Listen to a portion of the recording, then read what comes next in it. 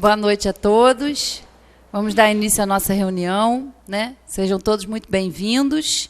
E hoje nós vamos ter a Cristina e o Washington, né? No estudo da noite. Vamos iniciar com a nossa prece. Agradecendo a oportunidade de estarmos aqui mais uma vez, para estudarmos, para compreendermos cada vez mais a doutrina espírita e aproveitar as oportunidades de colocar todo esse ensinamento em prática na nossa vida, nos auxiliando a evoluir de maneira mais rápida, mas que o estudo da noite possa tocar nos nossos corações e que os nossos irmãos que farão uso da palavra sejam intuídos, sejam inspirados por esses amigos espirituais que com certeza aqui comparecem e nos auxiliam no trabalho dessa casa. Graças a Deus e que assim seja. Com vocês, Cristina, que vai falar sobre a reencarnação, oportunidade divina.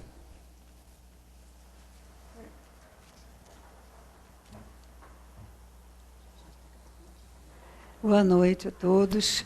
É sempre muito bom, né, a gente ter essa oportunidade de parar uma horinha, refletir, estudar um pouco da doutrina espírita.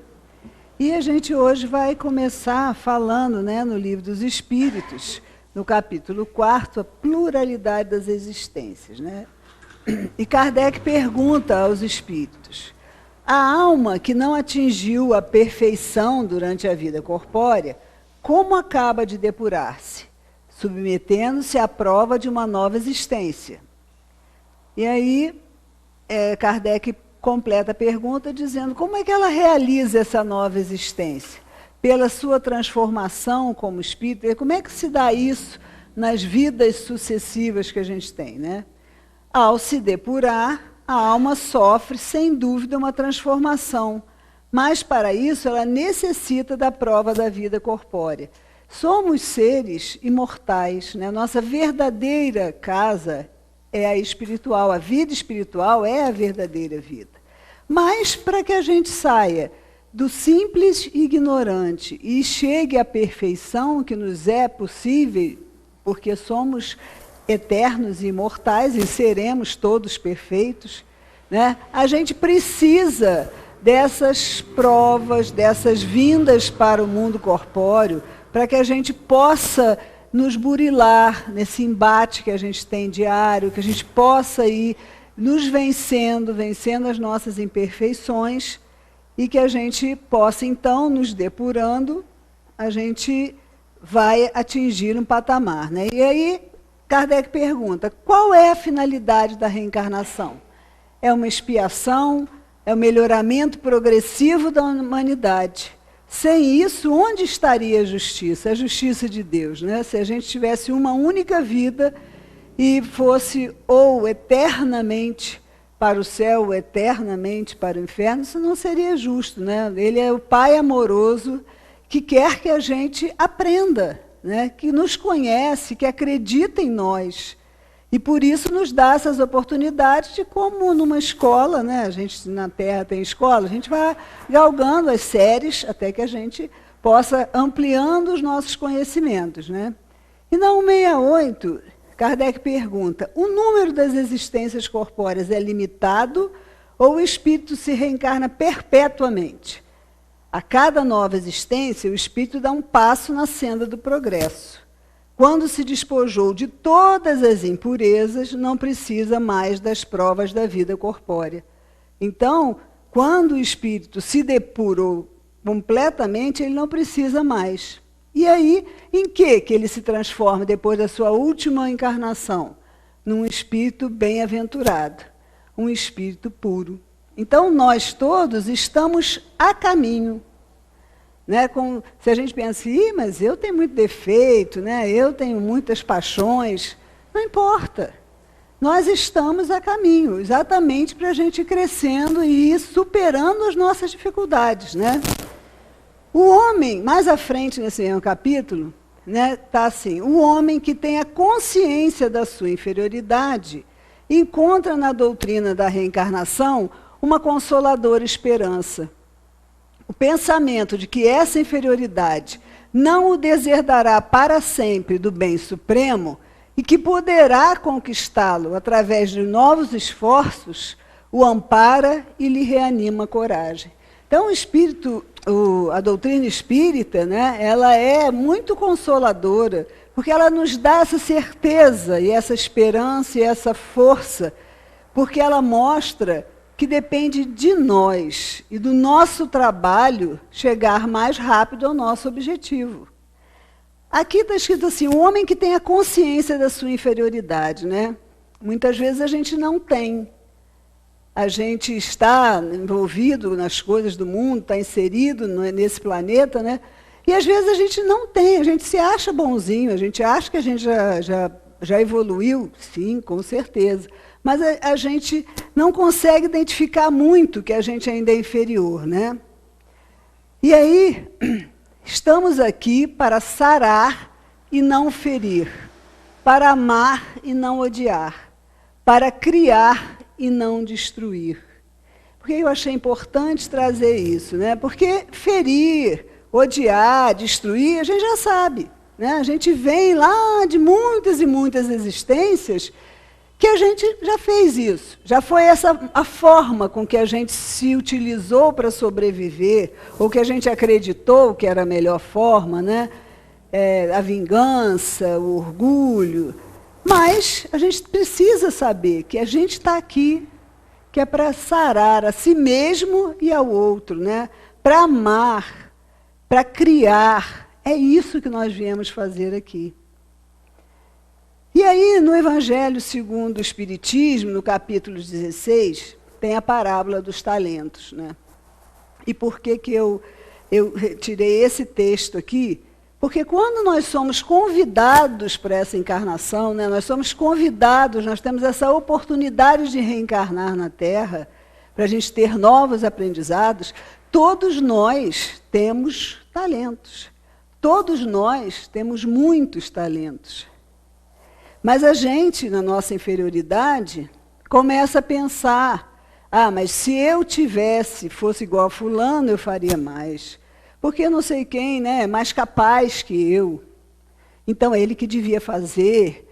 E a gente fica se menosprezando ou fica se escondendo da tarefa que nos foi confiada. E nessa parábola, né, o Senhor lá dá 10 talentos a um, 5 a outro e 1 ao outro. E eu resolvi destacar esse do 1. Por quê? E chegando também o que havia na hora de prestar conta, né? O que tinha 100 multiplicou para não sei quanto, o que tinha 5 também, e devolveu, né, mais do que recebeu. E esse aqui, chegando também o que havia recebido 1 talento, ele disse, Senhor, sei que és homem de rija condições, cegas onde não semeastes e recolhe onde não espalhaste. Então ele tinha temor pelo Senhor, né, por aquele que lhe deu esse talento.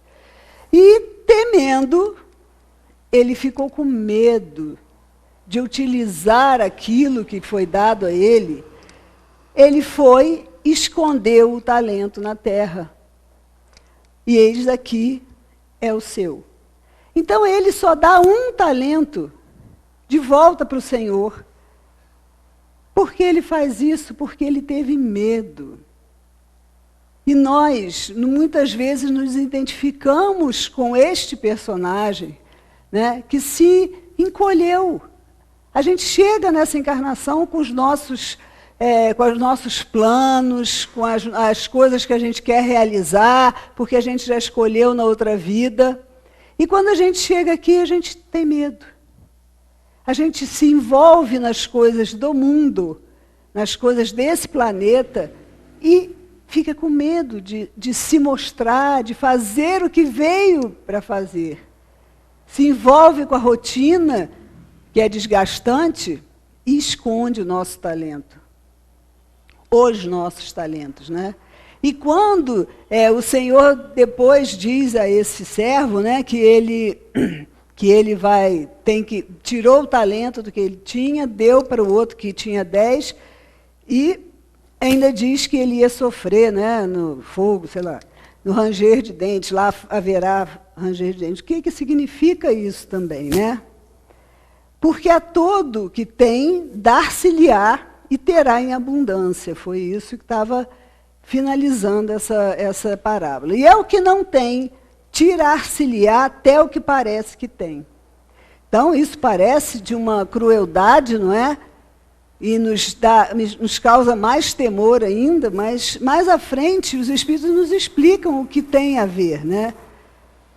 Aí nesse capítulo 18, muitos os chamados e poucos os escolhidos, eles nos explicam o que significa isso. Dá-se ao que tem e retira-se ao que não tem. Meditai sobre esses grandes ensinamentos que quase sempre vos parecem paradoxais. Aquele que recebeu é o que possui o sentido da palavra divina, é aquele que entendeu o que ele veio fazer aqui. Ele entendeu, né, a dinâmica do universo e da vida. Então ele recebeu porque ele se esforçou para fazer-se digno. Então ele trabalhou, ele se esforçou, ele se modificou, ele multiplicou os seus talentos para servir, para ser útil, para amar, para curar, para sarar, para construir. E aí ele recebe, né? Porque o Senhor, no seu amor misericordioso, ele encoraja-lhe os esforços na direção do bem. Esses esforços contínuos, perseverantes, atraem as graças do Senhor. Então, esse que recebeu, entendeu a mensagem e lutou por se modificar, por espalhar o bem, ele recebe, o que ele recebe é isso, né? Ele recebe força, fôlego, coragem e segue adiante. São como um imã que atraísse as melhoras progressivas, as graças abundantes que vos tornam fortes para a subida da montanha sagrada, em cujo cume encontrareis o repouso que sucede ao trabalho.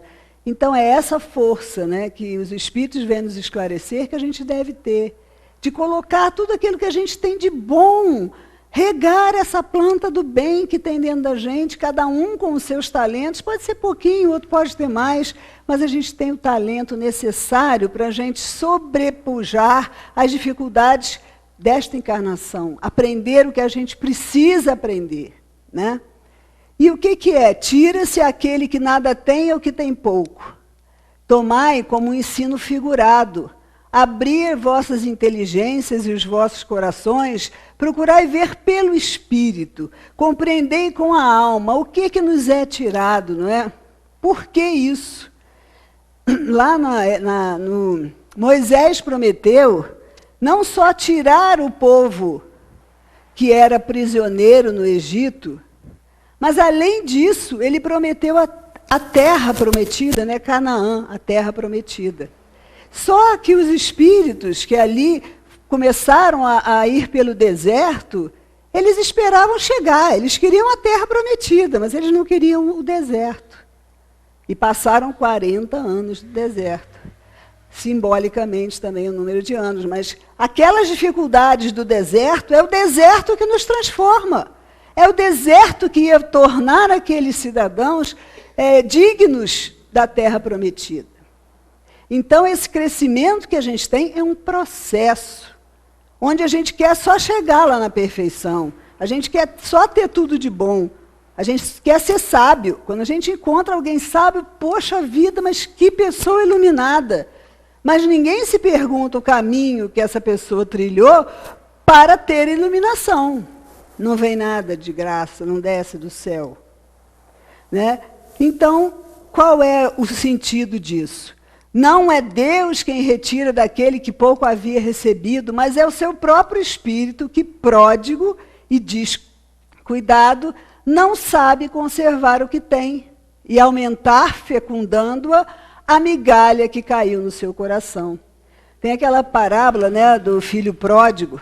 Ele quis sair com a herança, a parte da herança que ele tinha, e estar com os prazeres do mundo, comprar coisas. Porque o prazer que a gente entende, o prazer, é um Deus, é um falso Deus, que só nos tira tempo, nos leva por caminhos que a gente, de paixões, a gente só se afunda quando a gente vai atrás do prazer, pelo prazer.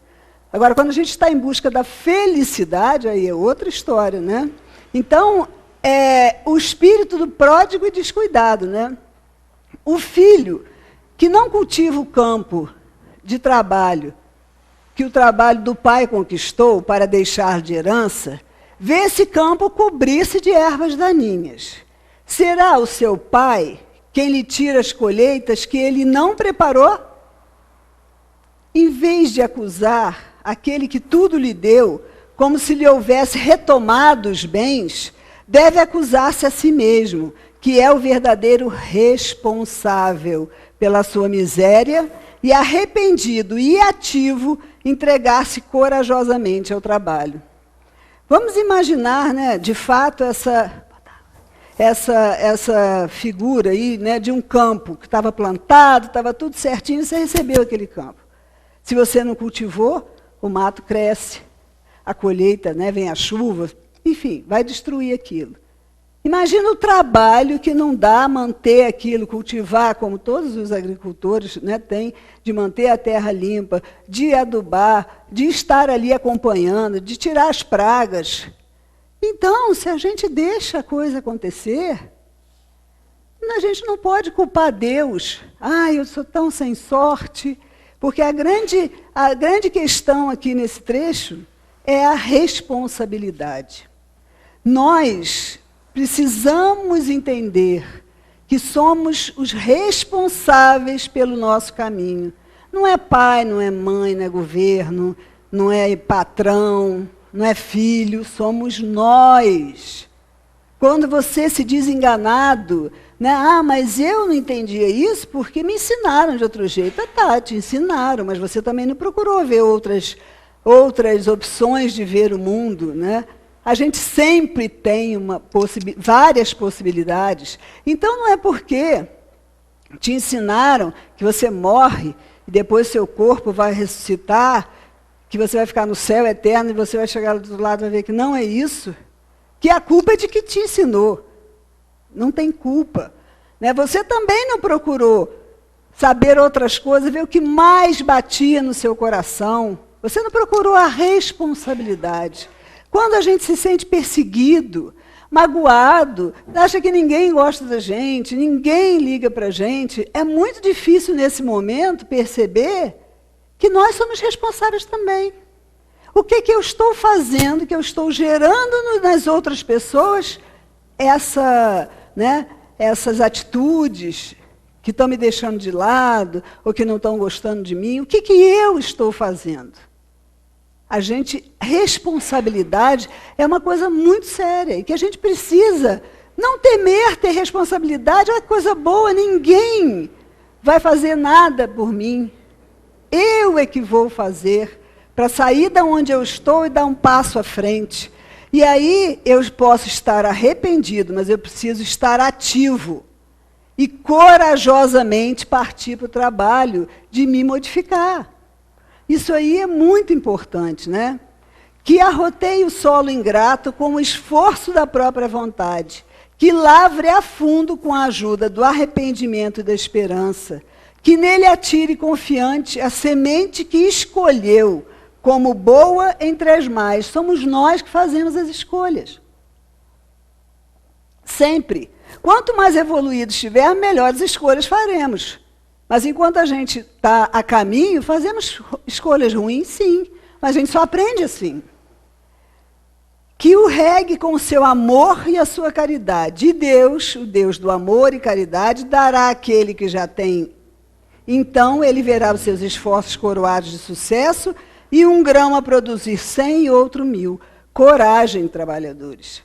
Então, os espíritos nos conclamam a fazer esse esforço aí, né, no solo do nosso interior, das nossas emoções, sair da posição onde a gente está e perguntar-se como eu posso fazer para mudar isso.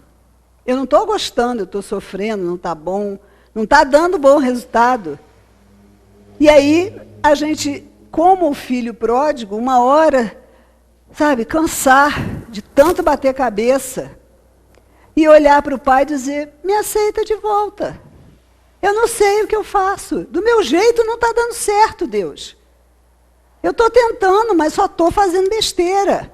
Agora eu vou deixar-me conduzir pela tua mão, que está sempre conosco. Os bons espíritos estão sempre conosco. Só que a gente bota um guarda-chuva, às vezes até aqueles blindados mesmo, para não ouvir, não ver. A gente bota um escudo e não quer, sabe? Aí quando a gente está cansado, a gente abre mão até desse sofrimento que a gente já conhece, né? Parece que é nosso, é um apego que você tem àquilo que você está sofrendo. Aí você, deixa isso ir, eu quero outra coisa, me ajuda. E essa ajuda sempre vem, sempre vem. Porque aí, na lei do progresso, né, qual é o maior obstáculo ao progresso? O orgulho e o egoísmo. É isso que está entranhado na gente, que faz a gente acreditar não tanto na nossa inferioridade, porque a gente acha que já está bem, eu não estou fazendo mal para ninguém, eu sou boazinha. A gente custa crer, ou custa admitir que a gente tem em nós coisas que a gente não gostaria, nossa sombra, digamos assim, né? A gente às vezes tem inveja, às vezes a gente tem raiva, e a gente não gosta de admitir isso, né? E a gente precisa, então o que a gente tem que se concentrar para combater? O nosso orgulho e o nosso egoísmo, que apresenta diversas faces. Não é, o orgulhoso não é só aquele, né, que se acha acima das criaturas ostensivamente. A gente é orgulhoso quando não aceita uma crítica. Quando alguém vem chegar para a gente dizer que a gente, apontar para a gente alguma coisa, e aquilo dói, né? Aquilo dói e a gente recua. Lógico que o outro é que está errado. Ou então se melindra. O melindre é uma coisa que nos impede muito de caminhar. Enquanto grupo, enquanto pessoa, porque a gente se melindra. O que está por trás do melindre? O orgulho, o egoísmo. A gente só quer receber os elogios. Quando a gente nem se abre direito a receber crítica, mas quando a gente recebe, parece que deram uma rasteira na gente. Não pode ser da vergonha, porque a gente acha que tem que ser perfeito, né? E aí, eu trouxe alguns itens só para a gente pontuar, né? Nós somos seres de relação. Como é que a gente vai conseguir se depurar nas nossas relações? Essa oportunidade, esses talentos que a gente recebe, primeiro núcleo onde a gente precisa exercitar é na nossa família, né? Que é o primeiro. Né? Nós estamos inseridos no contexto certo, necessário para o nosso aprendizado. Ninguém caiu na família errada, dizendo, isso não tem nada a ver com esse povo, gente. Por que eu fui escolher essa família? Não pode esquecer. Está lá no lugarzinho certo, para trabalhar essas inferioridades, essas mazelas, né? A gente tem uma necessidade básica de amor, que é amar e ser amado. Por isso, quando a gente recebe uma crítica, aquilo derruba a gente, que parece que a gente não é amado porque foi criticado.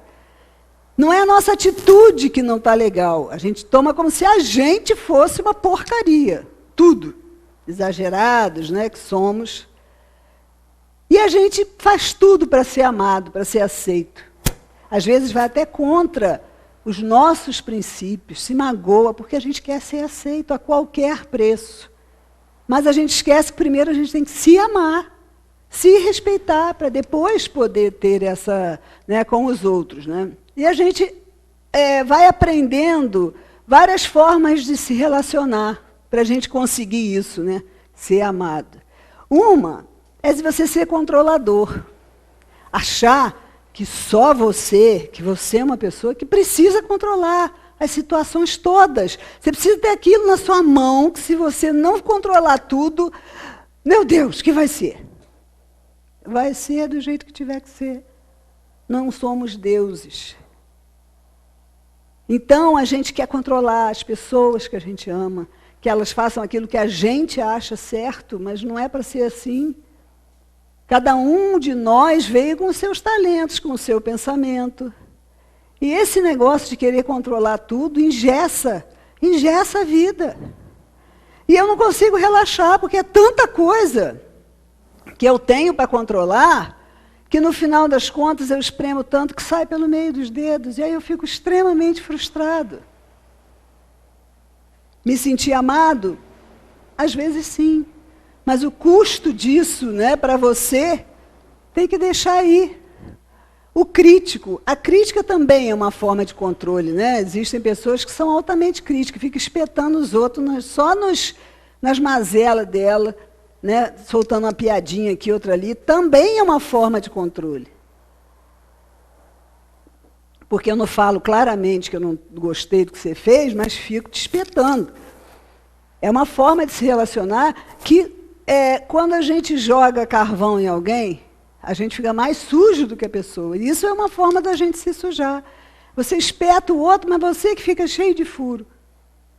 Porque você não deixou as coisas acontecerem, não se permitiu ser direto também, né?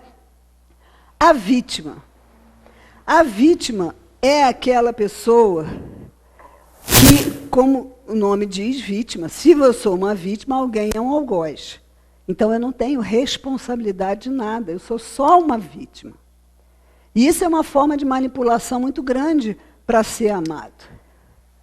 Porque se eu sou pobre, coitado, alguém tem que cuidar de mim.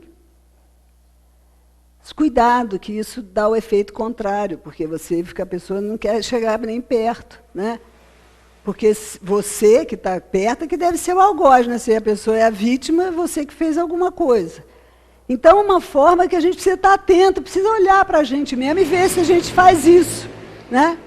Aquele que é indiferente, finge que nada o atinge, né? Estou por cima da carne seca, nada me atinge. O carente, que é codependente, né? Aquele que está sempre frágil, precisando, porque nós somos fortes.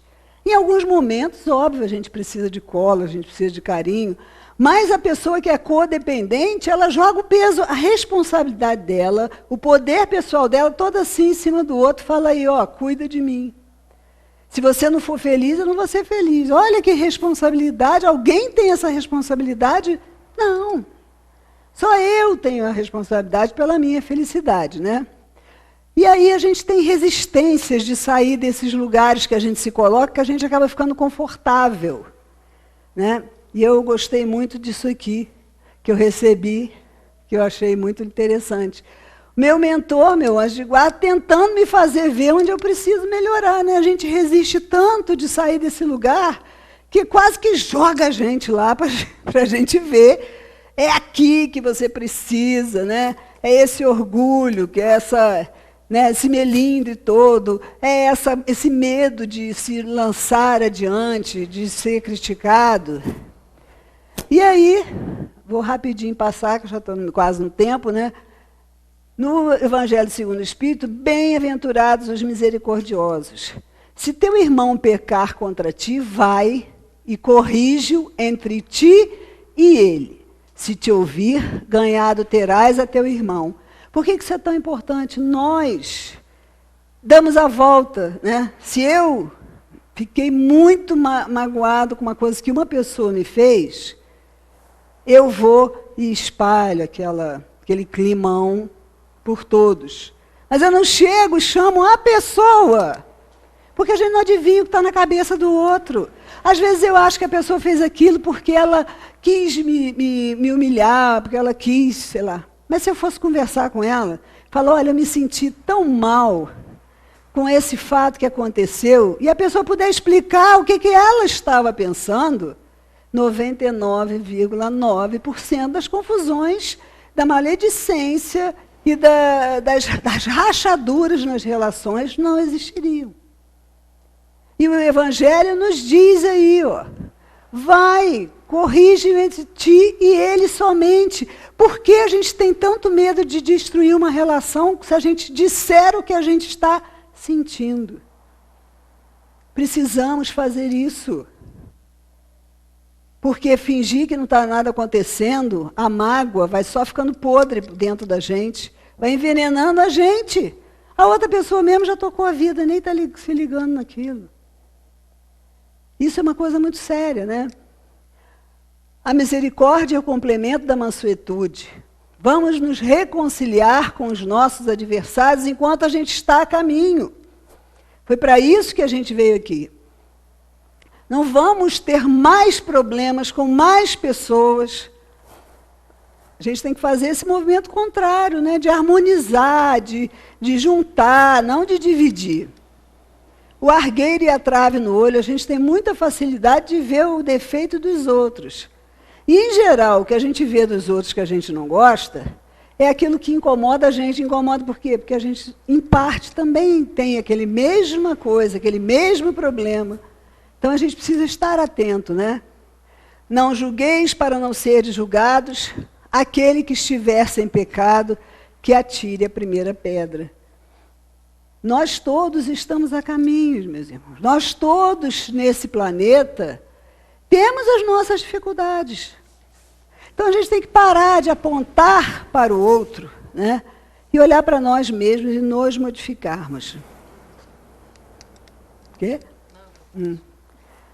A autoridade da censura está na razão da autoridade moral. A única autoridade legítima aos olhos de Deus é a que se apoia no bom exemplo. Então, a gente precisa crescer para que a gente tenha essa autoridade de querer censurar o outro, né? O sacrifício mais agradável a Deus é o dos próprios ressentimentos, que antes de pedir perdão ao Senhor, é preciso que se perdoe aos outros, e que se algum mal se tiver feito contra o irmão, é necessário repará-lo. Então, esse é o sacrifício mais agradável a Deus. Não adianta eu querer amar a Deus se eu odeio todo mundo. Eu amo só a Deus. Valéria não presta, né?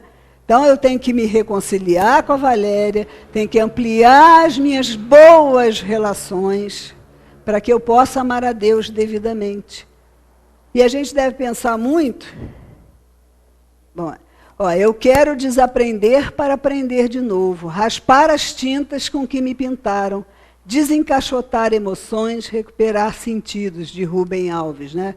Então, a gente precisa ter coragem de refazer essa nossa tela da nossa encarnação atual. A gente não deve se omitir também nas situações, porque, eu vou me manter afastado, que aí eu não tenho responsabilidade. Tem sim. Né? A omissão é muito séria. Então, nós temos que ter coragem, né? O que os espíritos nos incitam e vêm dizer: nós estamos com vocês.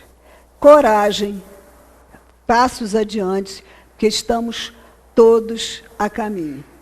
Obrigado, uma boa noite aí para todo mundo.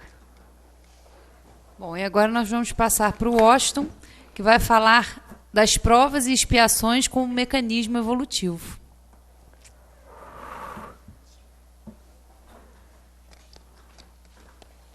Nessa proposta que cada um de nós nos colocamos a dispor de procurar informações, conhecimentos, de nos deslocarmos fisicamente para um ambiente, e nesse ambiente nos colocarmos para trocar ideias, refletir sobre assuntos e realmente criar um ambiente, não só físico, a manutenção física de um ambiente como este aqui que nós estamos vendo, enxergando, mas também as ideias, os pensamentos que nós trazemos, que estão sempre presentes conosco, é importantíssimo, porque isso é o que cria realmente aquilo de maior valor, aquilo que realmente pode interferir e mexer conosco em qualquer situação da nossa existência. E nessa semana eu fui a um restaurante, né, e na entrada do restaurante, logo do lado direito, tem uma pequena placa.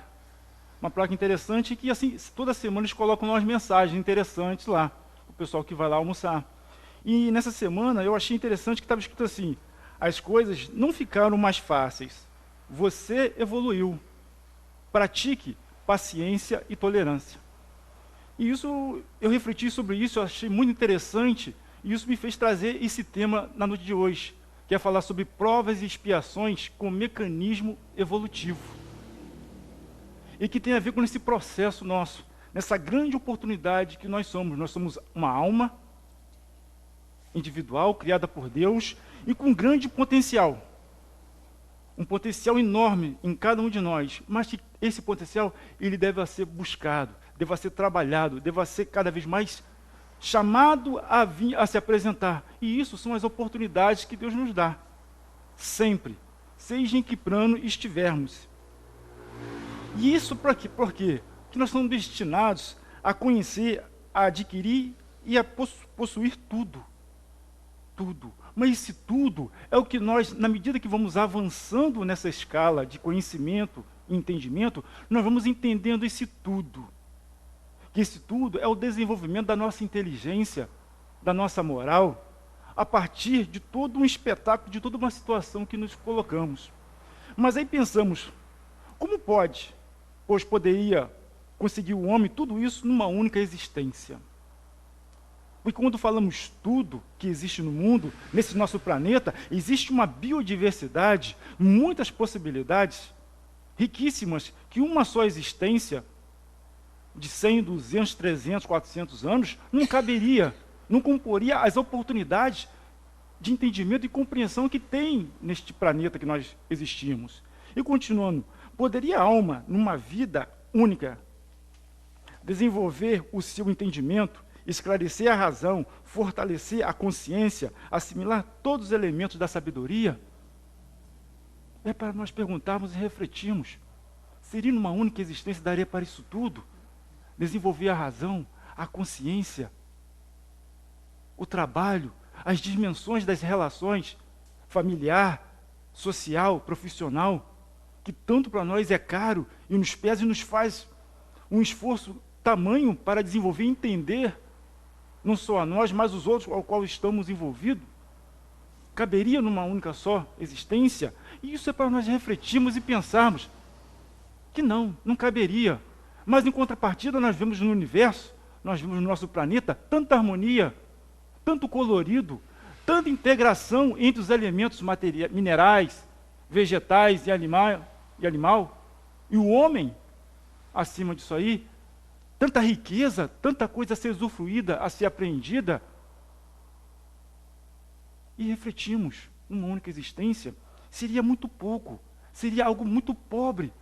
Tem todo um caminho, todo um jardim para trabalhar, ficássemos apenas num pequeno canteiro para trabalhar e ali cultivar. Nós, na nossa inteligência ainda limitada, ainda a par da nossa ignorância, não fazemos isso. Nós utilizamos todos os recursos que nós temos naquele espaço, naquele quintal, para florir, para plantar, para ocupar. E isso Deus não faria diferente. Mas diferente sim será cada vez mais a nossa compreensão dessa dimensão ao qual nós estamos envolvidos, que cabe a cada um de nós buscar e achar, pedir e obter. E o objetivo da evolução, a razão de ser da vida, nós estamos cada vez mais procurando entender, cada vez melhor. A doutrina espírita, ela nos auxilia, ela nos ajuda, ela nos consola, ela nos informa e nos faz também pensar, agir criticamente, analisar, mas analisar com a razão, com nossas ideias, com nossos pensamentos. Não porque A disse, B falou, é assim, é porque falou. Não, pela nossa razão, pelo nosso caminhar, pela nossa força de tentar entender e compreender. E isso é fundamental. E quando a gente compreende, entende por nós mesmos, mas na medida que a gente vê os recursos para termos uma análise crítica e criteriosa, com um bom senso, que cada vez mais ele vai se ampliando, evoluindo, na medida da nossa capacidade de pensar e agir, nós vamos tomando medidas e decisões cada vez mais calcadas na assertiva, no acerto, o nosso comportamento, as nossas emoções, tudo. E nós começamos a procurar um equilíbrio, uma harmonia para desenvolver. E pouco a pouco a alma se eleva. E o seu adiantamento é obra sua. E aí nós nos deparamos com a questão do livre-arbítrio e do merecimento. Tudo que nós fazemos é obra nossa. O que nós conseguimos é obra nossa pelo mérito, pelo nosso esforço, porque nós estamos passando por situações difíceis, sempre passamos por situações dificultosas, estamos sempre passando, e isso requer de nós esforço, e isso nos traz dor, mais dor do que alegria, sofrimento, tristeza, tudo isso está envolto ao nosso redor e dentro de nós. E nós procuramos nos esforçar, trabalhar isso nessa dimensão, para poder subir, elevar, entender e compreender tudo isso que nos passa. Nenhuma fatalidade oprime, salvo dos próprios atos, cujas consequências neles recaem. Então não existe fatalidade na nossa existência. mas sim tudo um processo das nossas escolhas, da nossa decisão e do nosso merecimento, naquilo que nós buscamos para crescer e evoluir. Salvo, claro, algumas situações que podemos dar como exemplos geológicas, uma erupção, alguma coisa aí que aconteça e que vai causar uma fatalidade, mas por um aspecto material do nosso planeta, do nosso globo terrestre. A matéria é um obstáculo útil, provoca o esforço e desenvolve a vontade e contribui para a ascensão. E é verdade. Quando nós nos deparamos com a matéria, quando estamos usufruindo de um invólucro corporal, estamos encarnados e utilizando essa matéria, isso para o espírito isso causa um embaraço, porque o seu sentido, as suas percepções ficam embotadas nesse corpo, nos sentidos que nós temos e utilizamos para viver e agir. E a nossa dimensão de ver a perspectiva além da matéria, ela fica um pouco limitada porque as coisas materiais começam a nos absorver e nós se entrelaçar com ela pelo nosso desejo, pela nossa vontade, pela nossa ignorância, ainda falta de entendimento da profundidade que é esse instrumento e a ferramenta que a matéria nos pode proporcionar. Porque nós, cada vez mais, queremos dominar a matéria, trabalhar, intelectualizar a matéria. Nós aqui chegamos e não tinha recurso para transportar grandes cargas, utilizarmos os animais. Depois, através da nossa inteligência, criamos máquinas a vapor, máquinas a combustão, e tudo isso para levar grandes cargas. Nós conseguimos fazer com que projetarmos daqui e ir para o espaço, e do espaço olhar para o planeta Terra e falar, é azul, o planeta é azul, é lindo, é maravilhoso. Mas nós aqui sabemos que o planeta é lindo, maravilhoso. Mas, às vezes, na área em que estamos, tantas situações acontecem na nossa vida, tanta dor, tanto sofrimento, parece que tudo está perdido. Parece que não existe uma providência divina, parece que tudo é contra a nós, tudo está desorganizado, mas não está desorganizado. Mas nós fomos ao espaço, e fez a semana passada 50 anos que nós pisamos na Lua. Porque o homem pisou na Lua, todos nós pisamos. Porque foi consequência do trabalho, da transformação, do aprendizado, das experiências que foram passando de século a século, através dos recursos para dominar a matéria e fazer com que pudéssemos propulsar e ir ao espaço. E tantas outras coisas que nós utilizamos para o nosso desenvolvimento, fazendo a transformação daquilo que antes funcionava de um jeito, de uma forma analógica, e hoje nós conseguimos fazer com que funcione de forma digital. Olha só que evolução, que salto que deu. Então observamos que na natureza tudo se transforma, tudo tem um processo evolutivo. E nós estamos também juntos nesse processo. E para existir esse processo, nós temos a oportunidade, a grande oportunidade da lei do progresso. E essa lei do progresso, ela não nos dá única e somente uma chance, uma existência, uma oportunidade familiar, uma oportunidade conjuntural de aprender uma profissão, de aprender algum ofício ou de estar em alguma região desse orbe do nosso planeta. Não. A lei de progresso ela é infinita e nos dá várias e várias oportunidades, porque nós somos espíritos simples e ignorantes. E assim sendo, todos nós estamos fadados a um processo de perfeição, e cuja lei divina, a lei do progresso, nos impulsiona a esse progresso. De várias formas, de várias maneiras e de várias possibilidades. E nessas possibilidades, uma delas é a reencarnação. É o retorno da alma desse espírito novamente a um corpo material para poder dar continuidade ao seu aprendizado, ao seu aprimoramento, à sua evolução. O que não pôde, naquela encarnação anterior, fazê-lo, concluir, pode agora novamente fazê-lo. Mas como se dá isso? Por que acontece isso? O espírito iria, depois de estar no mundo espiritual, querer passar por situações, por provações, expiações. Ele escolhe isso. É isso mesmo? Situações tão difíceis que nós estamos vivendo, que às vezes nós falamos, caramba, será que eu escolhi isso mesmo? Eu decidi isso nessa existência? A coisa está tão fria, está tão pesada, tão difícil. E nessa percepção nós vamos agora adentrar aqui no Livro dos Espíritos em algumas questões, rapidamente, para podermos nós embasar nessa perspectiva que a doutrina espírita nos traz e que nosso entendimento, nosso conhecimento e a nossa análise fala assim, realmente faz sentido, tem razão de ser. É algo a se pensar e analisar com carinho, porque pode ser um ponto de entendimento para esclarecermos de alguns fatos da nossa existência. Porque nos deparamos muitas vezes com situações que nós podemos achar, quando estamos descrentes, que coisa horrível aconteceu. Por que Deus fez isso? Quando uma mãe perde o seu filho em tenra idade, quando um acidente arrebata aquela criança e a mãe diz, por que não foi eu? Por que eu não estaria naquele lugar? Ora, onde está a providência divina? Onde está a justiça divina?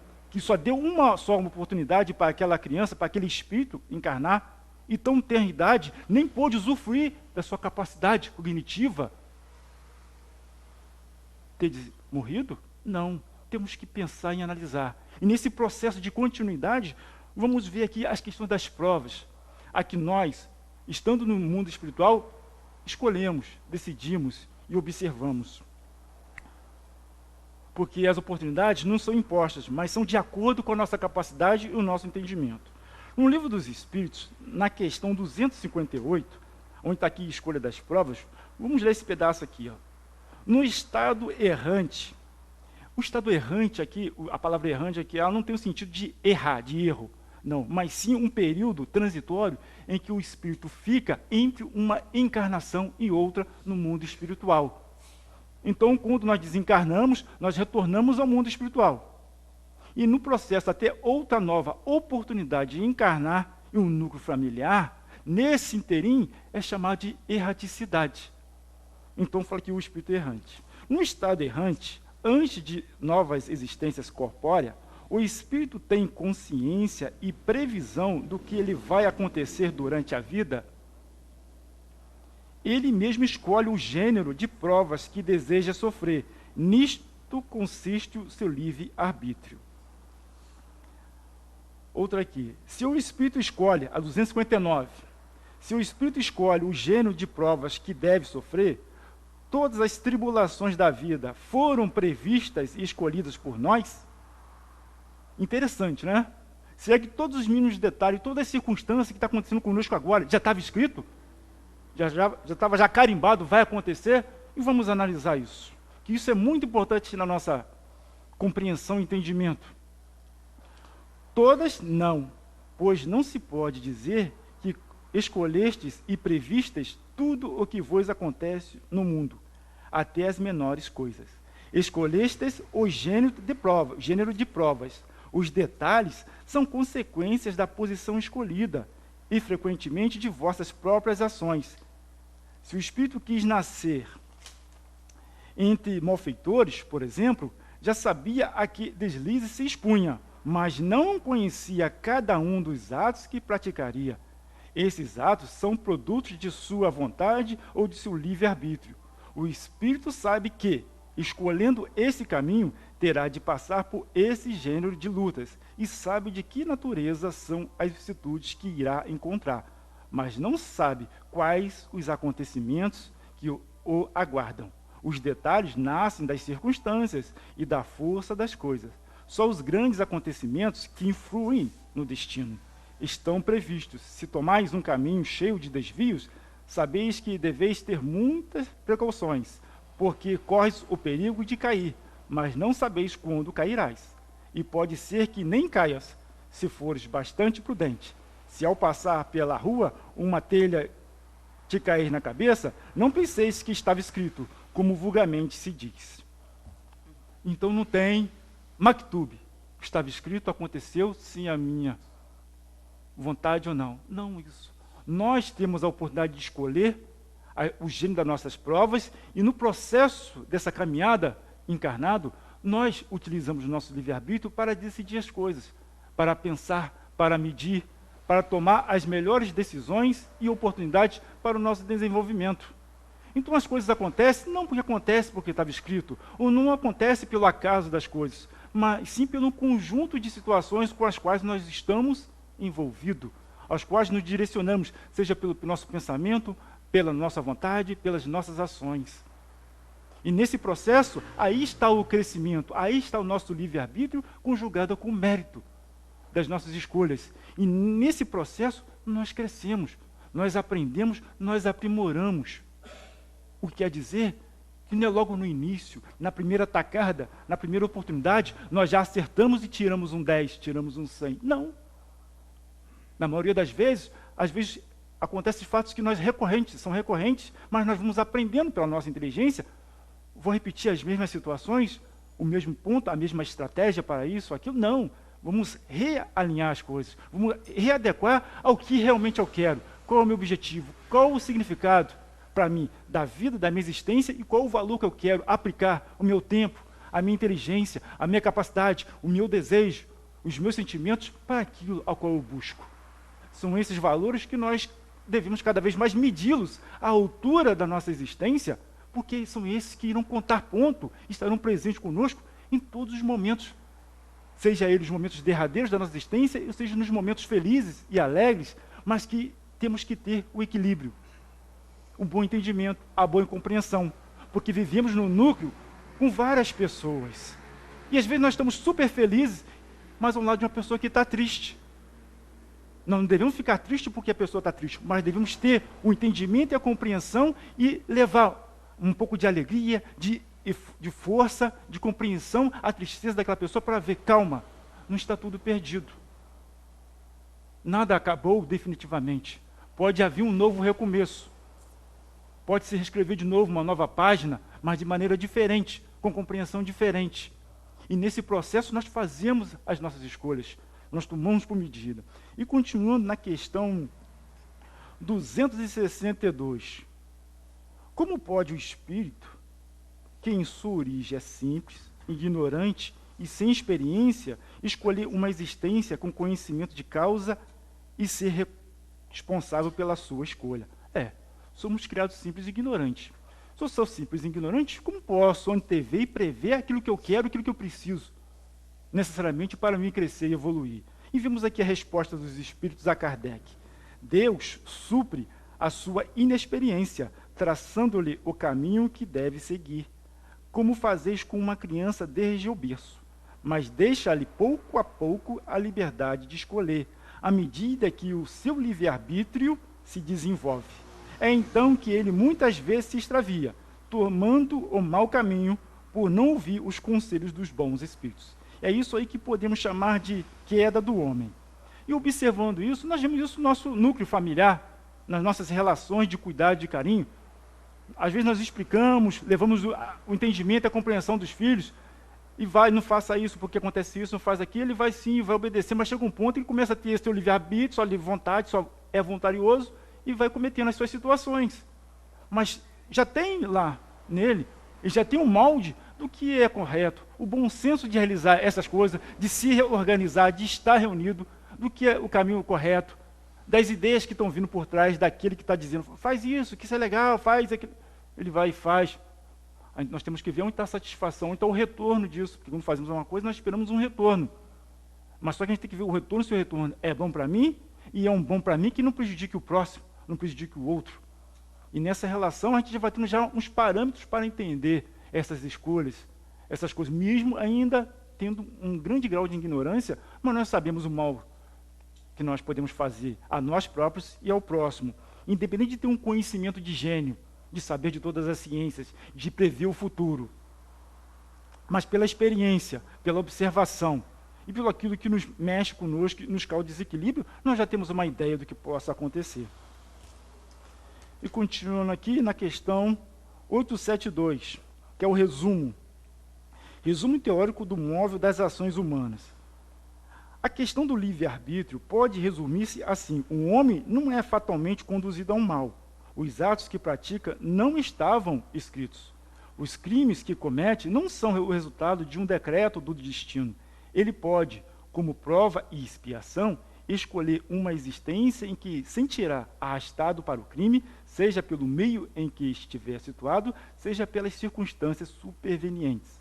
Mas terá sempre livre de agir como quiser. Assim, o livre-arbítrio existe no estado de espírito, como a escolha da existência das provas. E no estado corpóreo, com a faculdade de ceder ou resistir aos arrastamentos, o que voluntariamente estamos submetidos. Cabe à educação combater as más tendências, e ela o fará de maneira eficiente quando se basear no estudo aprofundado da natureza moral do homem, pelo conhecimento das leis que rege essa natureza moral, chegar-se-á a modificá-la,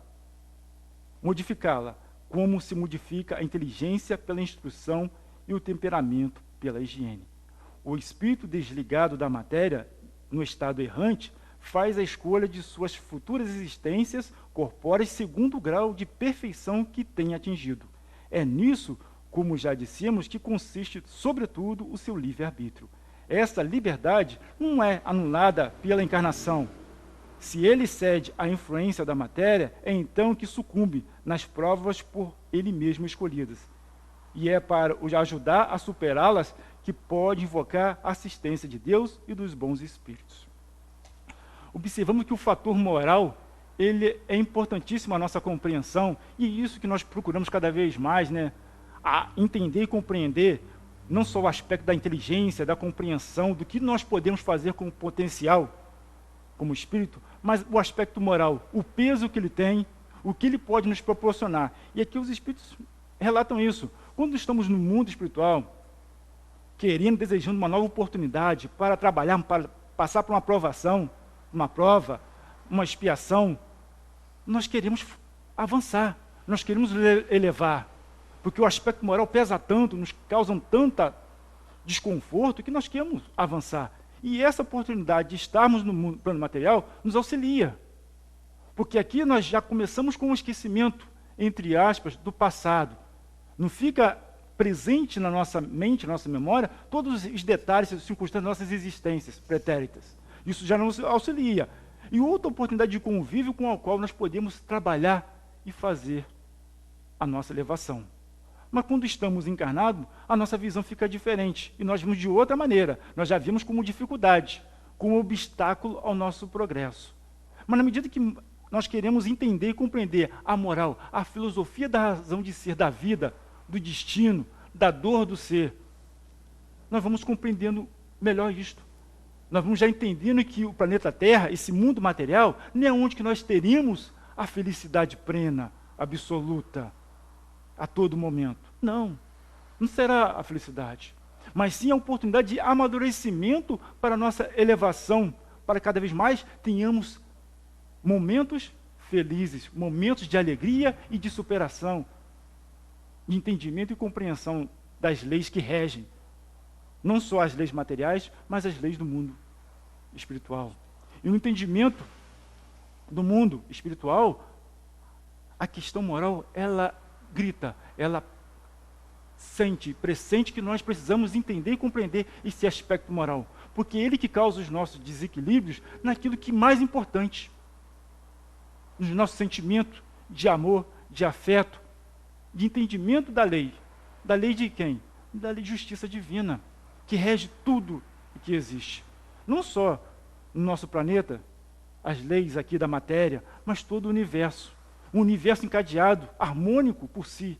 E nós, como seres pensantes, que têm a capacidade de conceber e entender esse universo, de estudar, de querer saber mais, avançar mais, lançar telescópios para ir cada vez mais e mais longe, para enxergar cada vez mais longe.